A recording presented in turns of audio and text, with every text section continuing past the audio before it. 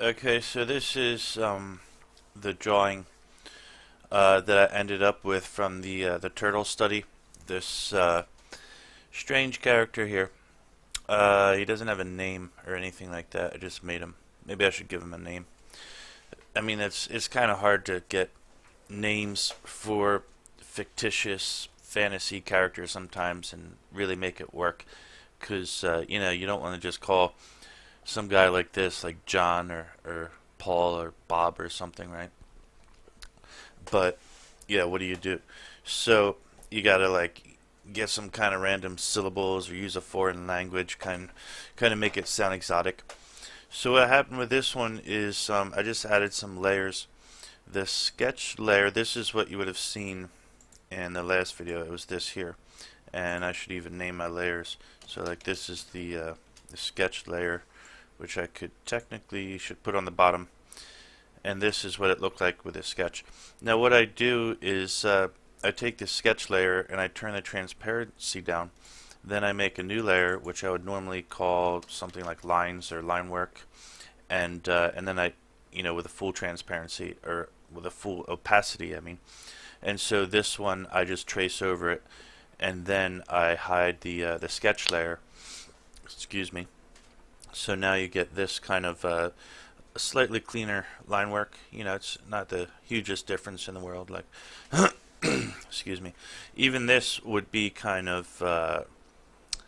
I mean, I could work with this. I could touch this up. I could zoom in there and do this and that. I don't know. I guess it's easier.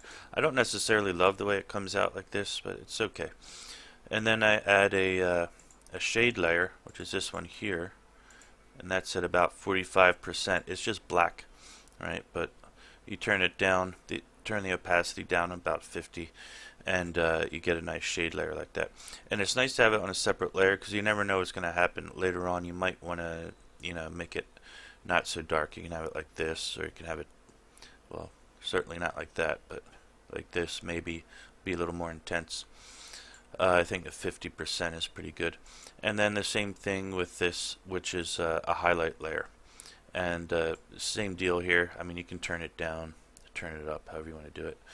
Obviously, that's kind of weird, but it works. Do it like this. Again, about 50 usually works for me. Something else I would do now at this stage is add a color layer. And it doesn't even have to be color. I could leave it black and white like this. But what you would do on the color layer is this. I have this thing going backwards. Hold on just a second.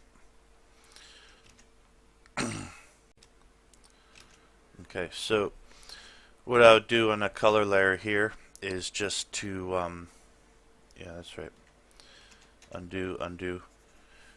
On the color layer is put it could even be a different shade of gray. The reason is because I don't really want, let's say for example if I take away the background, right? So now here he is transparent, which is not really what I want. So even if it's going to be black and white, I already have a color layer. I want the background to be separate from him, just so it's separate, because his color should not be the same color as the background. So what I could do is I could even use, I don't know, slightly lighter, slightly darker shade of whatever this, whatever I want his color to be, and I'll just fill it in like this. What I'm going to do actually is use this green shade, kind of like that one, a little lighter. Yeah. So I'll just delete what I did there. And this way I can, at least I can just see the color that I'm filling in. And you can always play with the color with the dials and stuff like that. What are they called? The, whatever it is, whatever this stuff is up here. Hue, saturation, colorize, all that stuff. I could turn this green right into a gray just by doing desaturate, for example. So that's that. This goes through. Some of the videos I take, they don't they don't go through to YouTube or anything. If this one does go through, this will be episode 10 I've got I had a couple videos previous. None of them are good. Nothing I've done up to now is any good anyway. And I don't have any what do you call them, followers or subscribers, because, well, I don't know why. You tell me why. I'm gonna go find some. I hope I don't have to pay them. The point with this was that it's kind of like for my sanity. I just like doing this. I mean, I'm not insane, and I would still be sane if I didn't do this. I'm not saying I need it, but it's just kind of relaxing. It's just stress reliever. And also, I can come back and see what I was doing. Not just, like when you look back on a sketchbook, your older sketchbooks, and you can see how you've improved. Well, isn't this even better? I can actually look back on myself drawing and speaking about what I'm doing and see the improvements, which is important. You don't want to lose all of that, because that's the process that helps you to be able to communicate better and articulate better about, well, how would you call that? Basically where you've come from, what you've done. Okay, so now this is looking better and better. Now I can do this, and you see he's still there. You can separate the background. If you take the color away, it's just not working. So he is separated from the background fully. I could even flatten all these. I would actually flatten these if it was if this was a complicated scene with things in the background and distance and all that. I wouldn't want to have so many layers all over the place, because the shade in the foreground is going to be different from the shade in the background. It tapers off in value. So yeah, I mean, I like the way this is coming along. I'm just going to have a couple colors here. I'm going to get kind of a golden thing going on with light. That's going to work for this area here.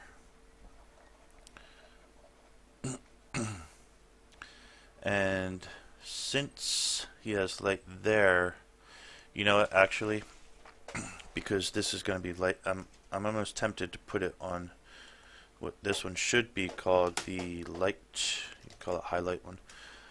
But I might even need, in this one, keep cutting myself off, shade.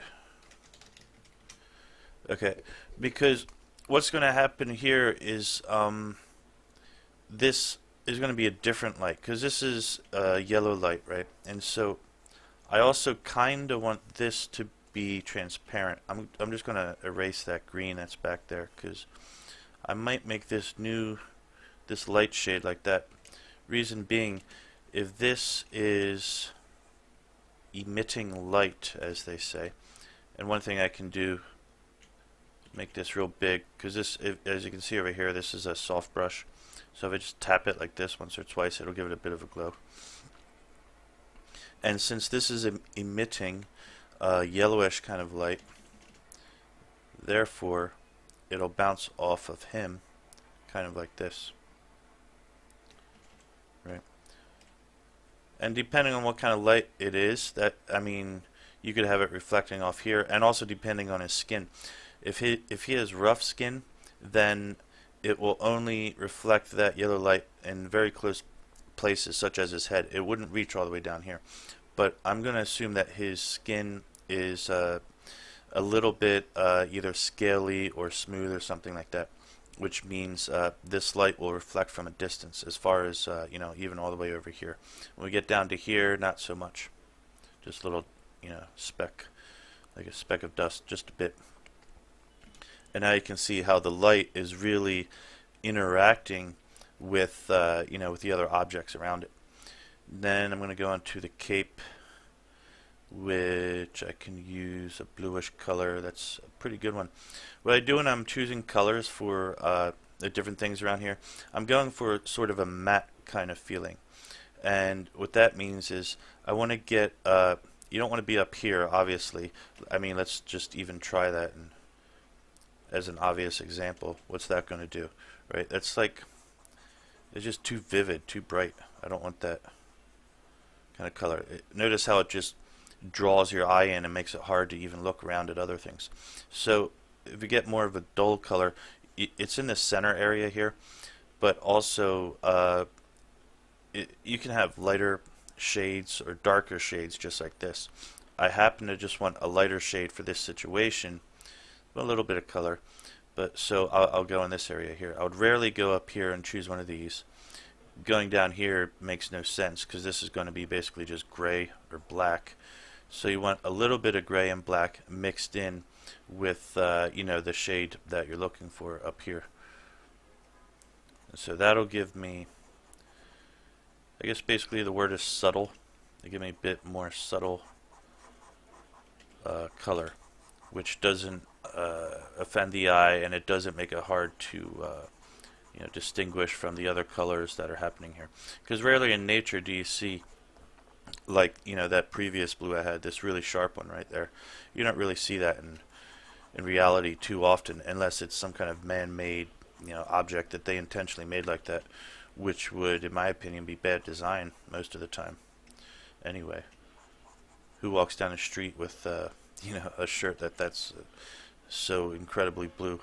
And this part here is also blue because that's the cape. Now this thing holding in the middle, I didn't put much thought into that. That was kind of like, I've seen 100 capes in other fantasy drawings before, and I just threw that ring in there. Okay, so what is it? It's a thing that holds these together. I didn't do such a good job on the cape, but anyway, this is a cartoony image, it's just not a big deal. So what is that? Is that made out of wood, a seashell, since he's a frog? Sorry, he's not a frog, he's a turtle. Did I say frog earlier? He's a turtle. I'll have to go back and sometimes I watch my videos after I've made them. Well, I always watch them after I've made them, but the point is I'll just hear myself saying these things that are totally not what I was meaning to say. It's like not what I meant to say. I think I've always kind of been like that. It's kind of I don't know why that is. I don't think it's a mental health issue, but maybe like just a quirk in my personality. And that's about that. And his shoes, I filled it all green at first, but that's not really the right way to go about things. Yeah, just check we're on the right layer here. This part certainly should be yellow. And you see, the more that I start to separate the colors, I could have started off just filling it all with white, because I just want to make sure I can see, where he separates from the background, and then you can play with the color layer all day long. And the shading and lighting is already done, so I don't even have to worry about that. That's the beauty of playing with the layers. I go for darker, different color for the shoes. The fact that it's in the red zone just doesn't even matter. It could have been blue, could have been green, because it's going to be dark anyway. It's relatively dark, and that gives me sort of a brownish color, which is good. This is just by the looks of it, I'm assuming any objects that he has on him, around him, would be somewhat natural objects. I'm not talking about high technology here, just simple man-made things, or turtle-made things, I guess we should say. And so therefore this cane or wand, staff, whatever you call it, would probably be wood. The funny thing about brown is, like, it's actually just orange when you start to play with these color things here. Brown is just orange or red in a darker shade. So I actually went out lighter. Yeah.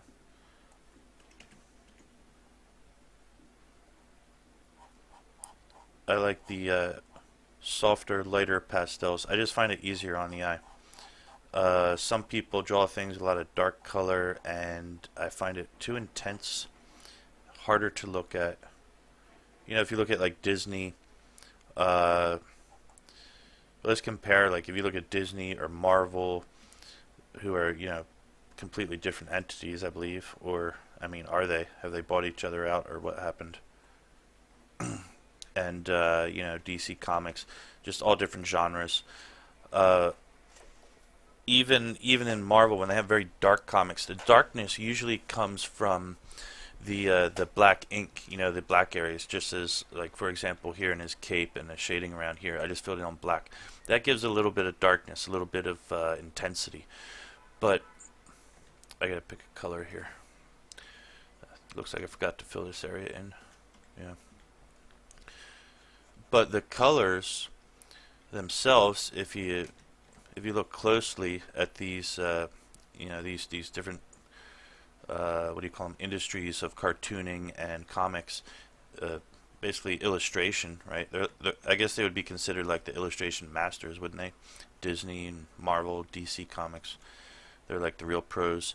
So they don't use these really sharp, vivid colors like when you're all the way up here and, look at that, like a green like that you would never see, or I hope you would rarely see it because it's, just harsh on the eye. Now, there's a lot of stuff I could do here if I was going to go pro with this image, which I don't even know if I'm qualified to say. I think I am. Been doing this my whole life. I should draw better, of course.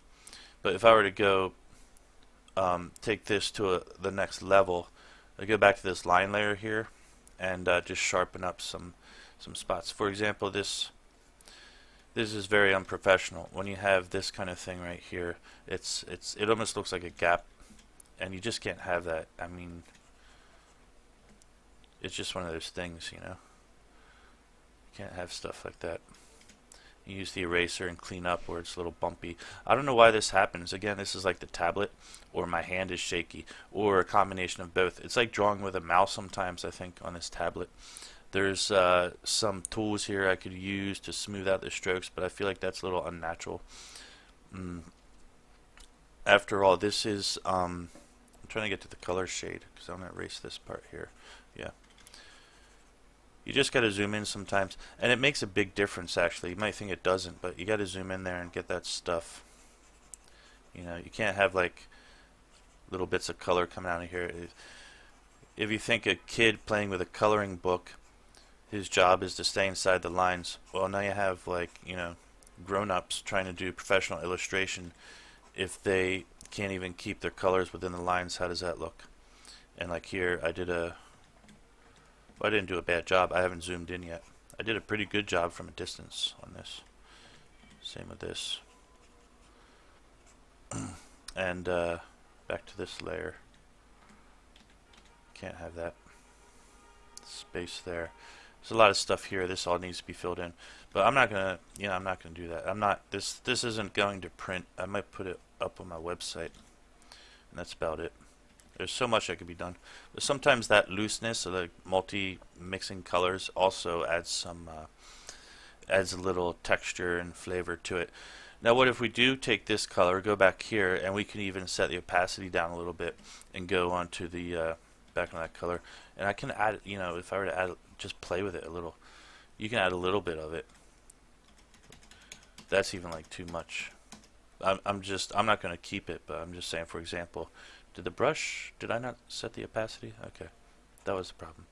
Yeah, so you could add a touch of it here and there, do something like that. It might add a little, like randomness, because things in life are rarely as perfect as we think they are when we start drawing them. So you can play around with colors a little bit, just have, a little bit different color here and there. For example, like flesh tones, when you're drawing people and stuff, they even have like there's different hues that come up here and there because there's blood flowing through the body and the veins and all that stuff, and different types of skin all over one person's body. So this is a turtle. Does he have red blood? No. He's what do you call, cold-blooded, right? So, but he might have other shades of like blueness. For what reason? No reason. He's a reptile. I don't need a reason. Just whatever reason. So with that, and I might even put it like just very low opacity. Get a little bit of that here and here. Just in some random spots. I didn't like it there. Maybe around here. Maybe his hands go like totally blue. Again, like for no reason. Look out in the wild at some reptiles. You'll see they have different colors about them. They're not all one perfect color. And that, I mean, how to say, it's just a bit more realistic, I guess, is what it is. because nothing is all perfect one flat color. I'm gonna that went too blue for me, so I'm gonna cover it up with some more green. So that feels a bit more realistic. Also, you have colors just bouncing off of things all the time. He could be standing in a room. His cape is blue. That's important. It's after I added that slightly brighter blue. It's actually it's quite sharp of a blue, so it might reflect around. What would happen if there's a mirror over here? The blue will reflect off of that mirror and then back onto him, or whatever. Colors just bounce around the room sometimes, so it makes it feel a bit more realistic. I don't really like it that much. I mean, I'm just messing around. So, but you can see how in a very short amount of time this turned into something just by messing around with the layers and the colors and stuff like that. I'm trying to figure out why this looks like this. Well, he needs more color in that crown, that's for sure.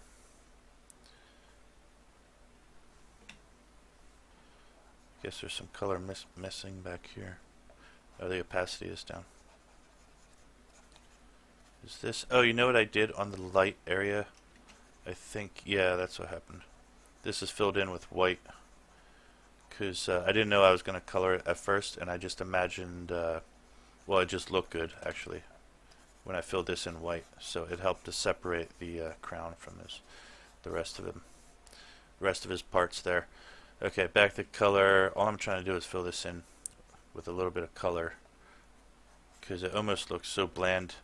Previously it looked so bland it was just blending into the background. And then if I can get this light shade again, this yellow, I'll just do color picker with that and that. You know what, actually I'm going to use the light layer and go in with some white, because that light should definitely be highlighting this part here. Yeah. Even go in a color layer. The light is a little transparent, but the color layer is full opaque. So if I put some white in here, that'll really shine. Yeah. And this thing, little highlight here. Now that I have all that done, see the lighting is actually kind of primitive here and there. You could give it a big brush and just kind of soften it up a little. I don't think there's any reason for this part to be shaded the way it is. Actually, that should probably actually be not shaded right here. Yeah, that should be popping out a little. Also, that area there should not be shaded. But you know what I'm gonna do? I'm just gonna not worry about that stuff. That's what I'm gonna do. That's my decision. And these areas. That light's going to reflect a lot over here. So, I mean, you can just assume, you can say whatever, he's in a room with lots of different lighting here and there, and so it's just like that. If you shrink it down, it looks good enough. You can recognize it. I'm not sure if people recognize he's actually a turtle, though, because you can't see the back shell. If he turned around and started running and his cape was flying, then you could see a shell. Maybe we'll do that in another image. That's it for this one. I'll just leave it like that.